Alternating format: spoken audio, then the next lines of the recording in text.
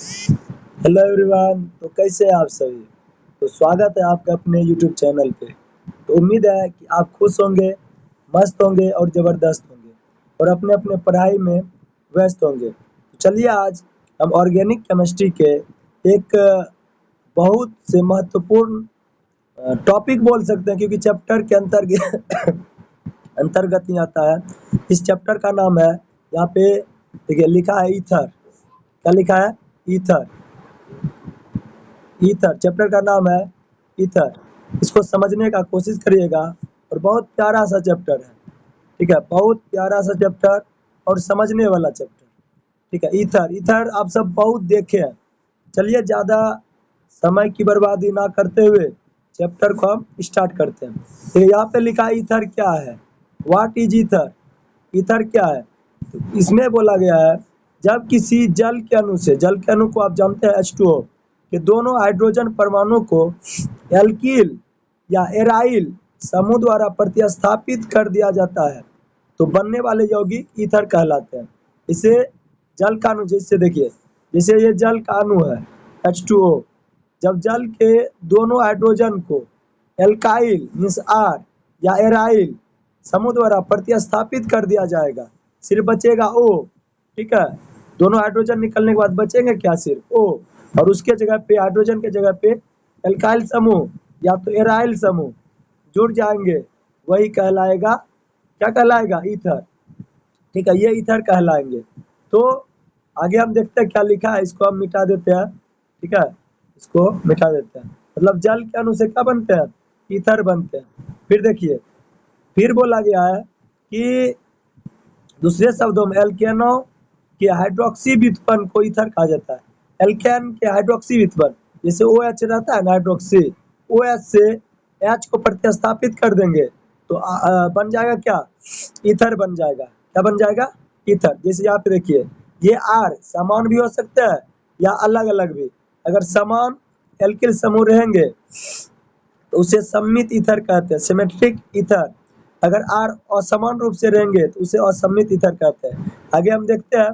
ठीक है, यहाँ पे देखिए ROR होता है जहाँ O ऑक्सीजन कार्यात्मक समूह है, इसे E3 लिंक कहा जाता है। ठीक है, आगे देखिए, फिर है ईथर का वर्गीकरण। अगर इसका एग्जाम्पल हम देखें, इसका एग्जाम्पल अगर देखें ना, तो बहुत सारा इसका एग्जाम्पल है। जैसे देखिए, हम एग्जाम्पल यहाँ पे ईथर का लिखते हैं। अभी हमने कहा कि H2O, H2O के दोनों हाइड्रोजन परमाणु को जब प्रतिस्थापित कर देते हैं, दोनों H को क्या कर देते हैं? निकाल देते हैं। जो O बचता है ना, वही आपका होता है एल्काइल समूह के साथ जुड़े हुए O ईथर कहलाते हैं। ठीक है, तो जैसे यहाँ पे हम एग्जाम्पल देखें, आप तो जानते होंगे कि R के जगह पे हम क्या क्या रख सकते हैं। जैसे आप सबको पहले से पता होगा, जैसे होता है एल्केन। ठीक है, इसे एल्केन जो है, एल्केन से जब एक हाइड्रोजन परमाणु निकलता है तो बन जाता है एल्काइल समूह। क्या बन जाता है? Alkyl group. एल्काइल ग्रुप बन जाता है। जैसे एल्केन का सूत्र होता है CnH2n +2। जब इससे एक हाइड्रोजन परमाणु निकल जाते हैं तो इसका सूत्र हो जाता है CnH2n, ठीक है, +1, और ये बंद रहता है। अगर n के जगह पे एक बैठाएंगे, यहाँ पे n है ना, यहाँ पे तो C गुना एक, एक यहाँ पे लिखे अथवा ना लिखे कोई फर्क नहीं पड़ेगा, लेकिन अभी हम लिख देते हैं। यहाँ पे स्क्रीन पे आप ध्यान दीजिए। ठीक है, जैसे यहाँ पे H, फिर है 2n, मतलब n के जगह एक लिया है तो 2 गुना 1, यहाँ पे 2 गुना 1, फिर है प्लस, प्लस क्या? 2। अगर टोटल इसको गुना भाग करेंगे, C गुना 1 C, फिर होगा 2 गुना 1 2 +2, यहाँ पे हो जाएगा CH4। ठीक है, इतना आया।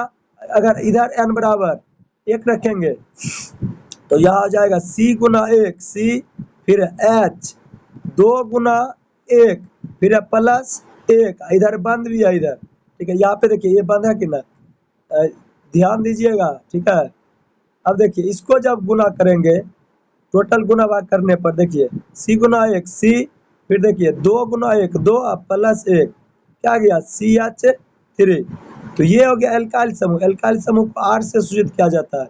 ठीक है। यहाँ पे जैसे एक कार्बन है तो इसे कहते हैं मेथ, ये सब आप नेमिंग में सीखे होंगे। मेथ एक बंद है, इसमें लगेगा एन, मेथेन। यहाँ पे CH3, यहाँ पे देखिए इसी में M था, इस वजह से यहाँ पे M दिए। यहाँ पे साइड चेन है, यहाँ लगेगा CH3, एक कार्बन है तो मेथ, और साइड चेन में आइल लगता है तो हो जाएगा आपका मेथाइल, ये एल्काइल समूह है। उसी तरह अगर यहाँ पे बोले कि C2, N की जगह 2 बैठाइएगा ना, जैसे N बराबर 2 बैठाएंगे, ये हो जाएगा C2H, यहाँ पे हो जाएगा 2 दूना 4 और 2 6, मतलब H6 हो जाएगा जब गुना यहाँ से करिएगा, यहाँ पे ठीक है, गुना करिएगा N का मान बैठा के। तो जब इससे एक हाइड्रोजन परमाणु निकालेंगे, ये हो जाएगा C2H, एक हाइड्रोजन निकल जाएगा, तो 6 हाइड्रोजन में से बचेंगे सिर्फ 5 हाइड्रोजन, ठीक है। अगर N बराबर 3 लेंगे, यहाँ पे होगा C3H, 3 दूना 6 2 8, यहाँ पे 8 हो जाएंगे और एक हाइड्रोजन यहाँ से निकल जाएगा, इसके कारण यहाँ हो जाएगा सूत्र C3H7, एक हाइड्रोजन निकल गया। इसका नाम तो C2 है, तो 2 कार्बन को कहते हैं एथ, और एक बंद है, ठीक है, इसमें N लग जाएगा, एथेन। और यहाँ पे देखिए 2 कार्बन है तो एथ तो रहेगा ही, ठीक है, लेकिन साइड में क्या जुड़ जाएगा, आइल, एथाइल। यहाँ पे 3 कार्बन है, 3 कार्बन को जानबे करते हैं प्रोप कहते हैं, और इसके लास्ट में N लग जाएगा, क्या लग जाएगा, N, तो यहाँ पे हो जाएगा N, प्रोपेन। और यहाँ पे देखिए एक हाइड्रोजन निकल गया, तो क्या हो जाएगा, यहाँ पे हो जाएगा प्रोपाइल, प्रोपाइल। उम्मीद है कि आप सब समझ गए होंगे। हम इसको अभी मिटा रहे हैं क्योंकि हमको एग्जाम्पल देखना था, इसलिए हम बता दिए। आर के जगह पे वो सब रखना हर चैप्टर में जरूरी हो जाता है। बच्चे वही सब नहीं समझते हैं, कहते ऑर्गेनिक भारी लगता है, ठीक है, तो हम बगल में इसे लिख देंगे आर के जगह पे क्या क्या रख सकते हैं, कोई दिक्कत नहीं। चलिए, जैसे आर के जगह पे यहाँ पे हम लिख देते हैं कि आर के जगह हम क्या क्या रख सकते हैं, ठीक है। जैसे आर के जगह पे हम CH3 रख सकते हैं, आर के जगह पे C2H5 रख सकते हैं, आर के जगह पे C3H7 रख सकते हैं, आर के जगह पे C4H9 रख सकते हैं। और इसका नाम देखें तो नाम अगर देखना चाहते हैं तो इसको एक कार्बन है तो इसे बोलिएगा मिथाइल, 2 कार्बन है इसको बोलिएगा इथाइल, अगर C3H7 है इसको कहिएगा प्रोपाइल, प्रोपाइल, 4 कार्बन है इसको बोलिएगा ब्यूटाइल, ठीक है, ये सब चलेंगे। तो चलिए आगे एग्जाम्पल देखते हैं, एग्जाम्पल थोड़ा बेहतर तरीका से लिखने का कोशिश करेंगे, ठीक है। तो देखिए एग्जाम्पल लिख रहे हैं यहाँ पे, इसे देखिए, रंग चेंज कर देते हैं थोड़ा क्योंकि आप सब डिस्टर्ब हो जाते हैं तुरंत ना। चलिए एग्जाम्पल है कि CH3, जैसे हम यहाँ पे लिख रहे हैं CH3, यहाँ पे बीच में फिर O, फिर यहाँ पे CH3, ठीक है। ये एग्जाम्पल हो गए। अगर इस आर के जगह हम चेंज कर सकते हैं, जैसे C2H5O, C2H5, ठीक है, फिर आर के जगह हम बैठा सकते हैं C3H7, बीच में O, ठीक है, वो थोड़ा डिसमिस हो गया है, उसको थोड़ा चेंज कर देते हैं क्योंकि आप सब तो तुरंत कहिएगा भैया गलती है लिख दिए। ये O, फिर यहाँ पे सॉरी O, फिर यहाँ पे C3H7, ये हो गया आपका ईथर। अगर हम R के जगह पे एक मिथाइल समूह भी ले सकते हैं, एक प्रोपाइल या इथाइल भी, जैसे देखिए यहाँ पे हम CH3 रख दिए और इधर O लिए और इधर रख दिए C2H5, ये भी मेरा सही है, ठीक है, ये भी क्या है, सही है। हो सके यहाँ पे जैसे हम लिख दिए CH3, यहाँ पे O, इधर लिख दिए C6H5। अब ये बोलिएगा आप सभी C6H5 किस बला का नाम है? तो आगे हम इसे बतेबे करेंगे कि ये जो है ना बेंजीन का एक भाग है। जैसे यहाँ एल्काइल लिखे ना, उसी तरह एक होता है बेंजीन। बेंजीन से जब एक हाइड्रोजन निकलता है ना, उसे फिनाइल कहा जाता है, जिसका सूत्र हम लिखते हैं C6H5। तो उम्मीद है कि आप सब समझ गए होंगे इसके एग्जाम्पल को। आगे इसका नामकरण भी हम बताएंगे। नामकरण इसका बहुत आसान है, समझे? नामकरण इसका बहुत आसान है। जैसे देखिए, सबसे इम्पोर्टेंट है इसका नामकरण जो है ना, इसका नामकरण एक स्लाइड ले ही लेते हैं यहाँ पे, ठीक है? समझिए, ईथर का नामकरण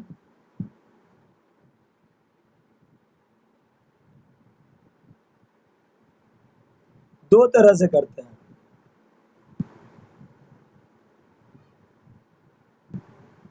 देखिए, एक होता है अल्फाबेट के अनुसार,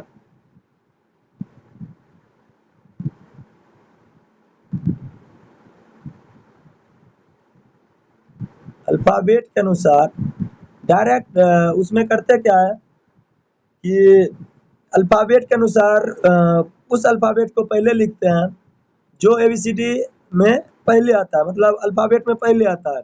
जैसे एल्काइल, एल्काइल, ईथर, इसे बोला जाता है एल्काइल ईथर। एक होता है आईयूपीएसी नाम। आईयूपीएसी नाम में क्या करते हैं, पहले, सबसे पहले एल के देते हैं और छोटे समूह के साथ ऑक्सी जुड़ता है, एल्कॉक्सी एल्केन होता है यहाँ पे, एल्कॉक्सी एल्केन। ये कैसे होता है समझिए, पीछे वाले स्लाइड में हमने एग्जांपल लिखा है, यहाँ पे देखिए। जैसे है CH3 दो एल्काइल समूह है, इसको बोलिएगा दो एल्काइल समूह है, तो दोनों को साथ में लेके चलेंगे, इसका जो नामकरण हो जाएगा, नामकरण होगा, सिंपल नामकरण होगा इसका। जैसे देखिए, दो एल्काइल समूह है मतलब दो मिथाइल है, CH3 दो है, इसको बोलिएगा, जैसे आप सब जानते होंगे, एक को कहते हैं मोनो, एक को कहते हैं मोनो, दो को कहते हैं डाई, तीन को कहते हैं ट्राई, तीन को ट्राई, चार को कहते हैं टेट्रा, चार को टेट्रा, पांच को कहते हैं पेंटा, पांच को कहते हैं पेंटा, छह को कहते हैं हेक्सा, ठीक है? अगर यही सात रहेगा इसे कहिएगा हेप्टा, ठीक है? अगर आठ रहेगा इसे कहिएगा ऑक्टा, अगर नौ रहेगा इसे कहिएगा नॉन, अगर 10 रहेगा इसे कहिएगा डेक, ठीक है? तो ये यहाँ पे दो है, इसे बोलिएगा डाई। अब है CH3, यहाँ पे CH3, इसे कहिएगा मिथाइल।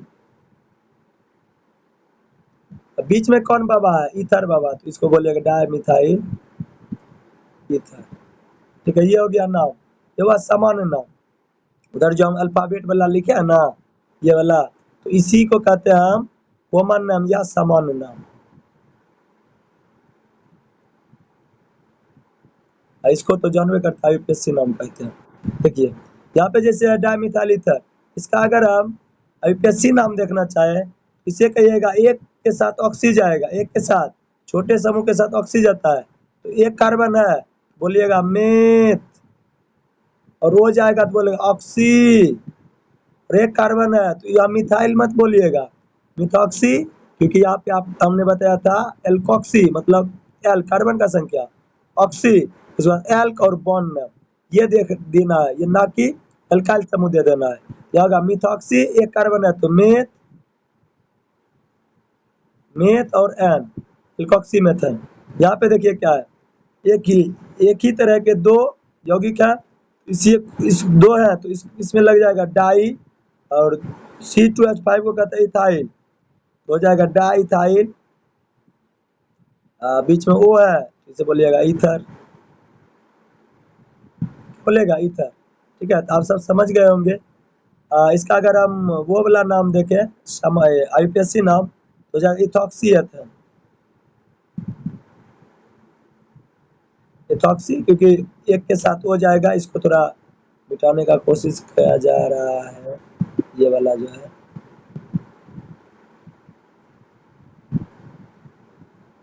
ठीक है? तो इथॉक्सी एक के साथ गया इथॉक्सी यहाँ पे, ठीक है, यहाँ पे 2 कार्बन है तो यहाँ चलेगा एथेन। तो कहने का मतलब ये है, नामकरण आगे हम देखेंगे। आप सबों ने टाइम यहाँ पे ज़्यादा दे दिया, तो हम आगे अब देखते हैं क्या सब है। ठीक है, पहले इसको हम पढ़ते हैं। यहाँ पे वर्गीकरण, चलिए एक एक करके हम वर्गीकरण पढ़ने का कोशिश करते हैं। यहाँ पे ईथर का वर्गीकरण, ऐसे यहाँ पे जो वर्गीकरण है ना, बहुत शॉर्टकट दिया है। यहाँ पे जो ईथर का वर्गीकरण है बहुत शॉर्टकट है, लेकिन आगे इसे हम बता देना चाहेंगे अभी, इसको 4 भागों में बांटा गया है। कितने भागों में? ईथर का वर्गीकरण जो है, ईथर का वर्गीकरण जो है 4 भागों में बांटा गया है। हम एक एक भागों को लिख रहे हैं, पहले यही पढ़ ले क्या, यहाँ पे 2 भाग ही दिया है। ठीक है, तो हम अलग अलग करके अभी पढ़ लेते हैं। चलिए, ईथर का वर्गीकरण, हेडिंग है ईथर का वर्गीकरण।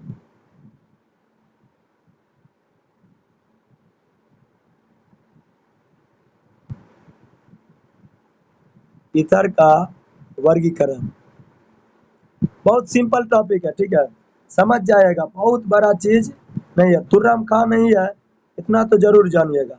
ईथर का वर्गीकरण में पहला जो है, पहला है सरल, सरल, सरल या सम्मित, सम्मित ईथर। ईथर का वर्गीकरण में पहला है सरल या सम्मित ईथर, मीन्स इसमें, इसका लिखना चाहेंगे, इसमें ओ के दोनों और एक जैसे एल्काइल समूह मौजूद होते हैं। ठीक है, इसमें जो होगा ना, ओ के दोनों साइड एल्काइल समूह एक जैसे मौजूद होंगे। जैसे एग्जाम्पल करें, रंग चेंज कर देते हैं एग्जाम्पल का, एग्जाम्पल करें, इसे देखिए, इसे आर है, ओ है और आर है। जो जिस तरह का आर यहाँ रहेगा वही आर यहाँ भी रहेगा। आर के बारे में बताया ना, वहाँ पे CH3 रख सकते हैं, C2H5 रख सकते हैं, C3H7 रख सकते हैं। जैसे यहाँ पे देखिए, जैसे यहाँ पे CH3 है, O है, CH3 है, तो ये हो गया सम्मित ईथर। अगर इधर भी C2H5 है, O है, इधर है C2H5 है, ये सम्मित ईथर हो गया। अगर यहाँ पे है C3H7, इधर भी O के बाद C3H7 है, ये सम्मित ईथर है। अगर यहाँ पे C6H5O C6H5 है, ये सम्मित ईथर है। बताइए, समझ गए? दोनों साइड आर जो होगा ना समान होगा, ये सम्मित ईथर है। फिर दूसरा वर्गीकरण है, दूसरा, सॉरी, दूसरा है, जैसे दूसरा दूसरा जो है वो है मिश्रित या असम्मित ईथर।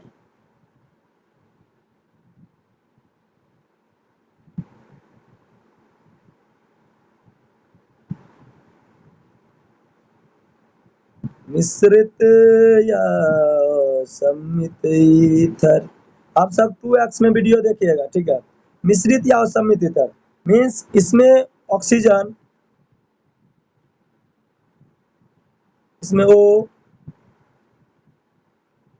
परमाणु के दोनों ओर, दोनों ओर अलग अलग प्रकार के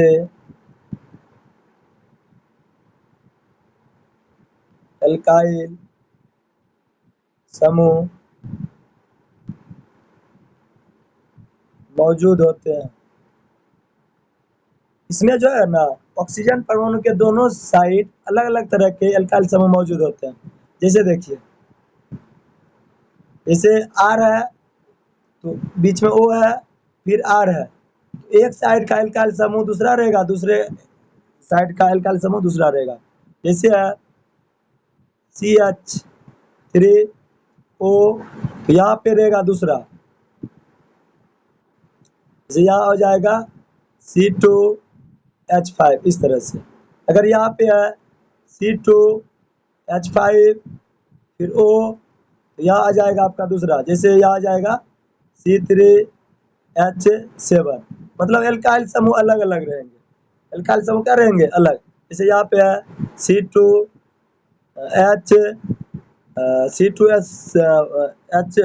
C2H5, यहाँ पे O, इधर चला जाएगा आपका C6H5 इस तरह से। तो उम्मीद है कि आप सब समझ गए होंगे कि मिश्रित या असम्मित ईथर क्या होते हैं। चलिए फिर अगला हम प्रकार को देखना चाहेंगे है, फिर अगला है तीसरा है एलिफैटिक ईथर। एलिफैटिक आप जानते हो, कार्बन चेन के सीधे श्रृंखला को एलिफैटिक कहा जाता है। एलिफैटिक ईथर, एलिफैटिक ईथर होता है ऑक्सीजन के दोनों साइड सिर्फ दोनों साइड एल्काइल समूह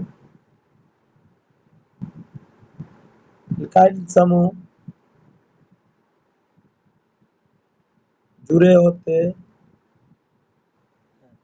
जैसे देखिए, सिर्फ एल्काइल समूह जुड़ा रहेगा, ठीक है। जैसे यहाँ पे लिखे CH3, यहाँ पे लिखे CH3, ये सही संरचना है क्या? गलत है।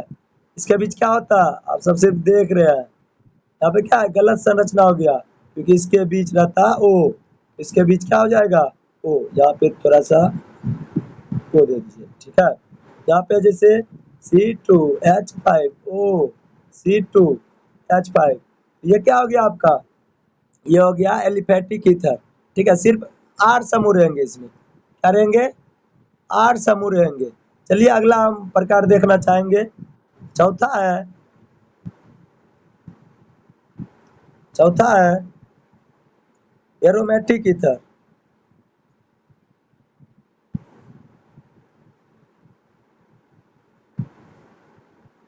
एरोमेटिक ईथर बहुत इंपॉर्टेंट है, इसको समझने का कोशिश करिए।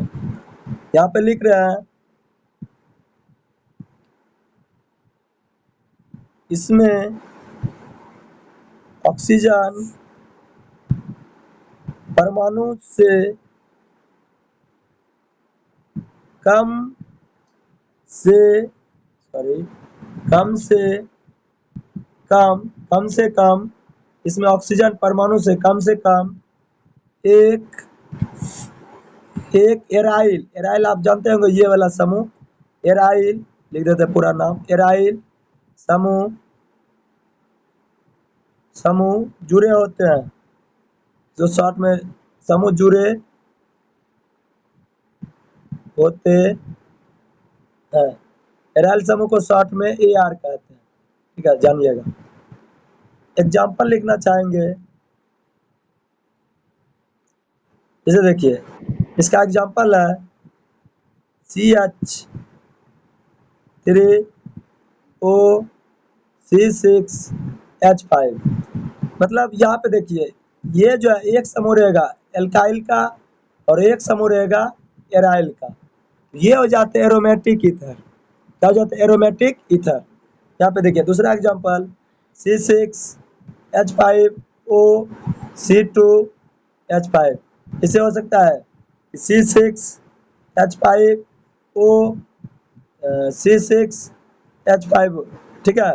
दोनों साइड यहाँ पे एरोमेटिक समूह आ गए, ये भी आपका एरोमेटिक ईथर ही हो गया, ठीक है। मतलब दोनों साइड एरोमेटिक समूह भी आएंगे ना, तो वो एरोमेटिक ईथर होंगे। तो अभी हमने ईथर के वर्गीकरण को पढ़ा, तो चलिए जो पीडीएफ में लिखा हुआ है उसको देखने का कोशिश करते हैं। चलिए सर जी, चलिए यहाँ पे देखिए, यहाँ पे थोड़ा जूम कर देते हैं क्योंकि आप सबको दिखेगा नहीं। तो वर्गीकरण वहां लिखे थे, हमने तो पढ़ लिया पूरा वर्गीकरण, और यहाँ पे लिखा हुआ भाग है। हम सोचे सिर्फ पीडीएफ पढ़ाना, लेकिन लिख लिख के पढ़ाने का मजा ही कुछ और है। ठीक है, चलिए यहाँ पे देखिए, ईथर को मुख्यतः दो रूपों में बांटा गया है। एक सरल या सम्मित ईथर, वारे भाई हम इसको पूरे पढ़ लिए। एक है सम्मित ईथर, सिंपल या सिमेट्रिकल ईथर, यदि ऑक्सीजन परमाणु से जुड़े दोनों एल्किल या एरिल एक जैसे हो, मतलब कह रहा है कि ROR एक जैसा हो, या AR एक जैसा हो, तो उसे सम्मित ईथर कहते हैं। यहाँ पे देखिए, यहाँ पर भी CH3 है, यहाँ पर भी CH3 है, एक के जैसा है ना। तो अभी तो नामकरण भी देख लिए। यहाँ पे है डायमेथिल ईथर, यहाँ पे देखिए C2H5 C2H5 एक जैसा है, तो ये हो गया आपका सम्मित ईथर। चलिए अगला देखिए क्या लिखा है, मिश्रित ईथर। दूसरा है मिश्रित भी अभी हमने देखा, या असम्मित ईथर, मिक्स्ड या अनसिमेट्रिकल ईथर, यदि ऑक्सीजन परमाणु से जुड़े दोनों समूह अलग अलग हो, उसे मिश्रित ईथर कहते हैं। जैसे यहाँ पे CH3 है, R अलग रहेंगे इधर का, और दूसरे साइड का R कुछ अलग रहेगा। अगर एरोमेटिक भी लेंगे तो ऑक्सीजन के साथ जुड़ेगा, तो दूसरा समूह रहेगा, तो वो मिश्रित ईथर ही होते हैं। ठीक है, एथिल इसको बोलिएगा एथिल, अल्फाबेट के अनुसार पहले ई आएगा, तो एथिल।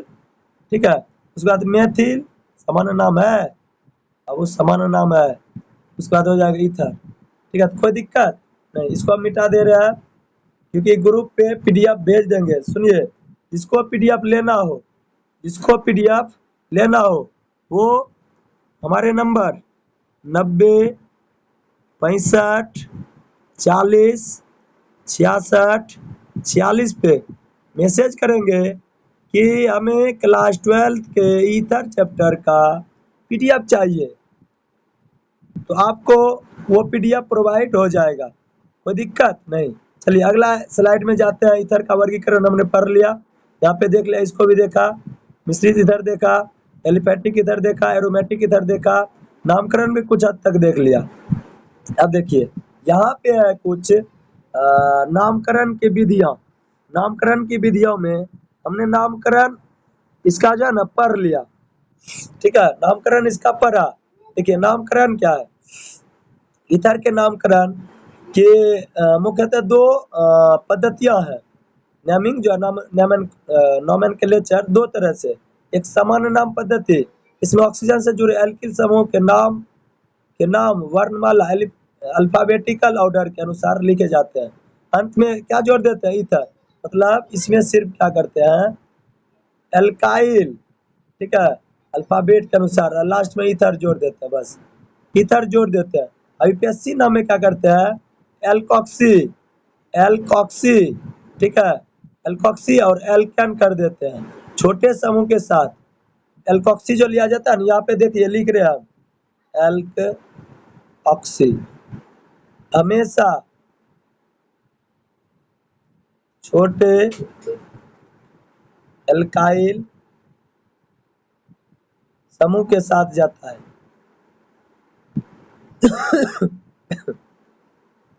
साथ जाता है, इसको याद रखिएगा, एल्कॉक्सी हमेशा छोटे समूह के साथ जाएगा। ये दोनों पॉइंट याद रखिएगा, इसको हम मिटा दे रहे हैं पूरा। समझे, चलिए अब इसका एग्जांपल देखने का कोशिश करें। एल्काइल समूह के साथ ये हम देख लेते हैं एग्जांपल में क्लियर हो जाएगा टोटल। चलिए तो इसका एग्जांपल एक एक करके हम देख लेते हैं। यहाँ पे एग्जांपल है, ठीक है, एग्जांपल है जैसे यहाँ पे CH3, यहाँ पे CH3 एक ही तरह के समूह है, तो ये सम्मित ईथर हुए, क्या हुए, सिमेट्रिकल ईथर, सिमेट्रिकल ईथर। ठीक है, तो हो जाएगा, दो गो मिथाइल है तो डाई और मेथ है तो मेथ आइल। ठीक है, इसको थोड़ा साफ से लिख लेते हैं कि आपको दिखेगा नहीं इससे। इसको लिखिएगा डाई मिथाइल, 2 मिथाइल है और लास्ट में ईथर। ठीक है, ये हो गया। और छोटे समूह के साथ ऑक्सी जाएगा, छोटे समूह के साथ ऑक्सी, ये हो जाएगा मीथ। एक के जैसा है तो अभी तो एक के को नहीं लेना पड़ेगा, मेथॉक्सी, एक कार्बन बचा तो मेथेन। जब दिखेगा ना आप सबको। ठीक है, यहाँ पे देखिए नीचे है, फिर इधर है CH3, इधर है C2H5, तो छोटे समूह के साथ जाएगा क्या,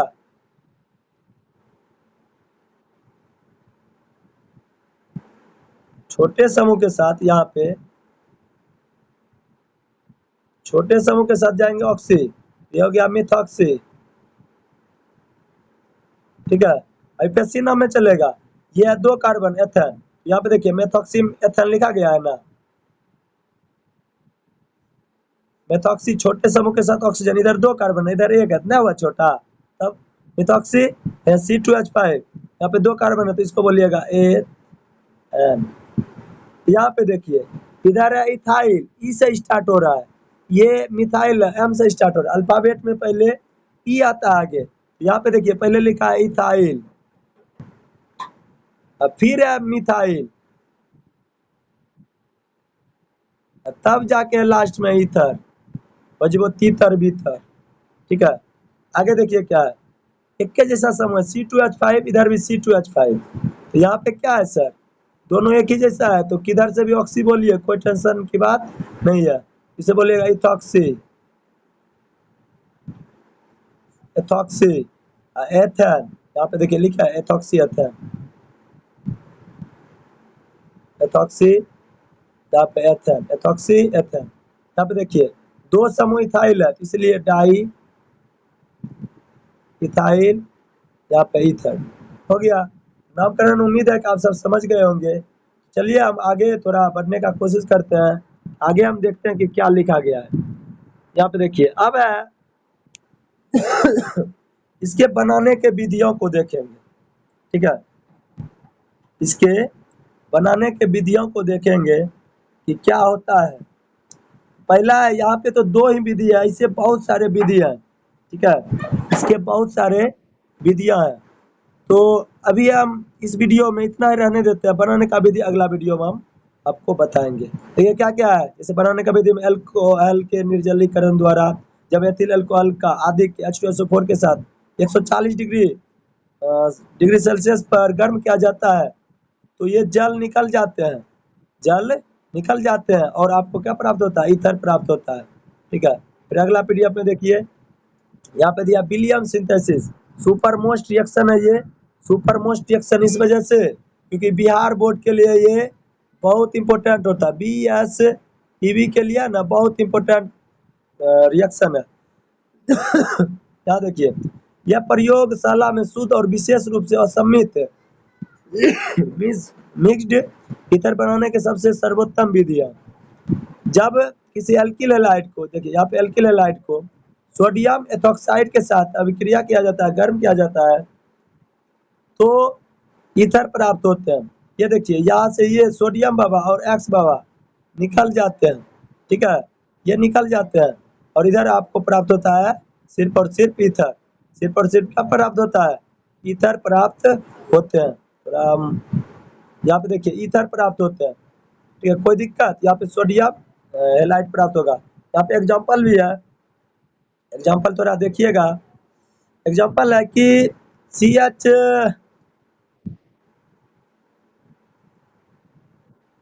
यहाँ पे देखिए CH3Br, सोडियम एथॉक्साइड बोल सकते हैं इसे, यहाँ से NaBr निकल जाएगा।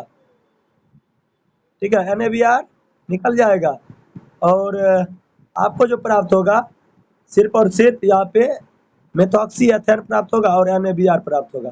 अब इसके गुण है, इसके भौतिक गुण क्या क्या है उसको हम देखने का कोशिश कर रहे हैं। ठीक है, भौतिक गुण बहुत इंपॉर्टेंट होता है किसी भी कार्बनिक यौगिक के लिए।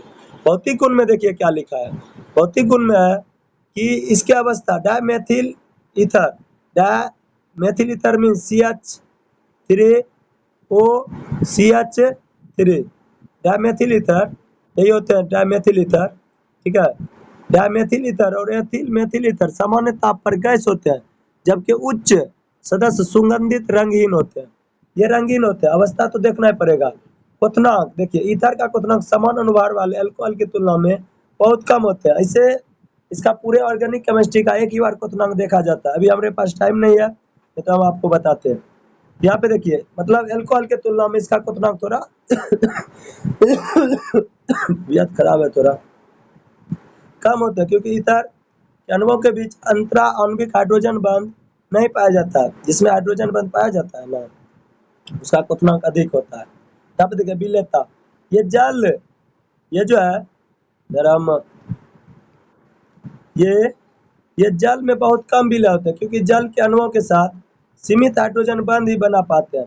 परंतु कार्बनिक विलायक जैसे अल्कोहल, यहाँ पे देखिए अल्कोहल, बेंजीन, अल्कोहल का सूत्र जानते हैं ROH, अल्कोहल बेंजीन में पूर्णतः विलय होते हैं। ये पूर्णतः क्या होते हैं? विलय होते हैं। इसको समझिएगा, विलयता वाले भाग को। अब वाष्पशीलता, ये अत्यधिक वाष्पशील होते हैं, वोलाटाइल होते हैं। ये क्या होता है? वोलाटाइल। उसके बाद ये है कि और निम्न क्वथनांक वाले ज्वलनशील द्रव होते हैं, जिसका क्वथनांक निम्न होता है ना, वो ज्वलनशील होते हैं। इसका ये भौतिक गुण था। अब इसका हम देखेंगे रासायनिक गुण, ठीक है। रासायनिक गुण में हम देखेंगे कि क्या क्या इसका रासायनिक गुण और कहाँ से इसका बंधन टूटता है। पहले देखिए, ईथर रासायनिक रूप से काफी अक्रिय होता है, क्योंकि इनमें कार्बन O और कार्बन बंध काफी मजबूत से पाया जाता है। मतलब CO बॉन्ड को तोड़ना बहुत मुश्किल होता है, ठीक है। और ये ज्यादातर करके इनर्ट, इस निष्क्रिय रूप में पाए जाते हैं। सामान्य परिस्थितियों में आसानी से नहीं टूटता, फिर भी ये निम्नलिखित महत्वपूर्ण अभिक्रिया दर्शाते हैं। देखिए कैसा कैसा अभिक्रिया दर्शाता है, और एक एक करके हम जल्दी से इसको खत्म करने का कोशिश कर रहे हैं। हेलोजन अम्ल के साथ अभिक्रिया, हेलोजन अम्ल जानते हैं ना, मतलब H और X समूह रहेगा, H और X समूह। थोड़ा इसको हम लिखने का कोशिश करेंगे। H और X समूह होता है, जैसे HF, HCl, HBr, HI, ऊपर से नीचे आने प्रकार बढ़ता है फ्लोरीन, क्लोरीन, ब्रोमीन, आयोडीन का। इस वजह से HI ज्यादा अम्लीय होता है। देखिए हाइड्रोजन आयोडाइड के साथ जब ईथर का विक्रिया किया जाता है तो एल्किल हैलाइड प्राप्त होता है। रासायनिक गुण में यह है, एल्किल हैलाइड प्राप्त होता है और अल्कोहल भी प्राप्त मतलब ईथर HI अम्ल से अभिक्रिया किया तो अल्कोहल और एल्किल आयोडाइड प्राप्त हुए। यदि HI बहुत ज्यादा लिया जाए तो प्राप्त अल्कोहल भी एल्किल आयोडाइड में बदल जाएंगे। अंत में केवल एल्किल हैलाइड और जल प्राप्त होंगे। अगर बहुत ज्यादा HI ले लेंगे ये अल्कोहल बाबा नहीं प्राप्त होंगे, ठीक है। चलिए इसको हम मिटा रहे हैं, उसके आगे हम देख रहे हैं क्या है।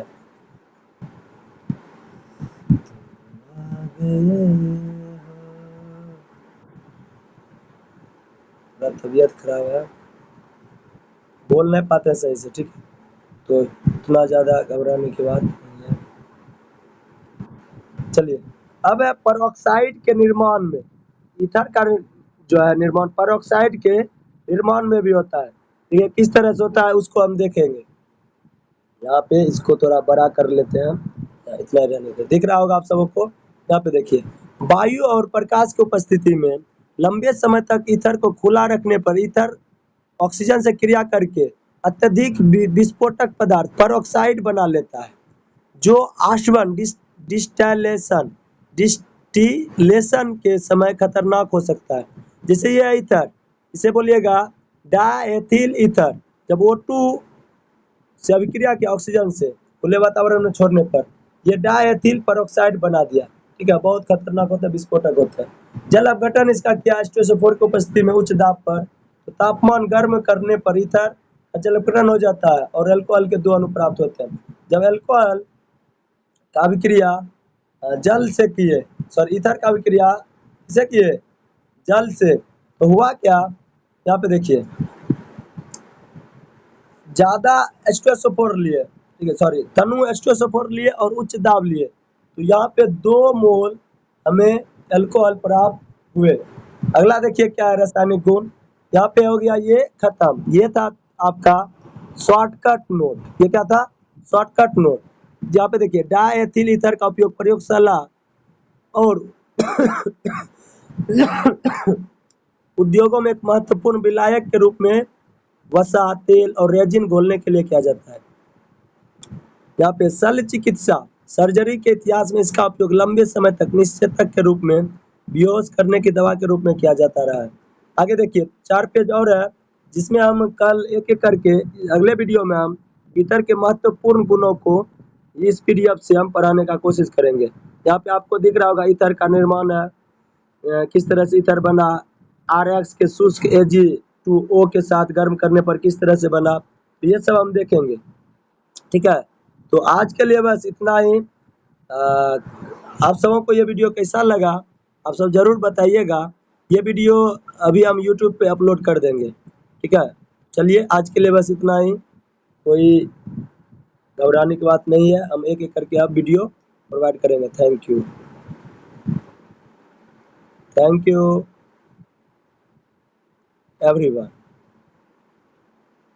एवरी इसे लिखते हैं every every one. Thank you everyone.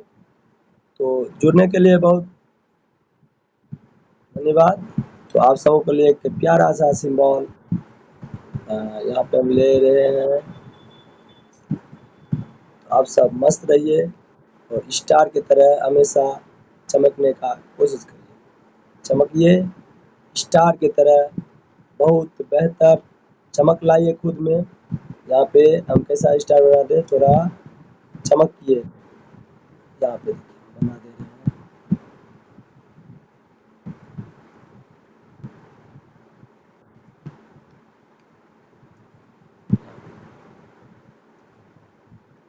चलिए चमकिए स्टार की तरह, काम करिए मजे से, मेहनत करिए खुद पे।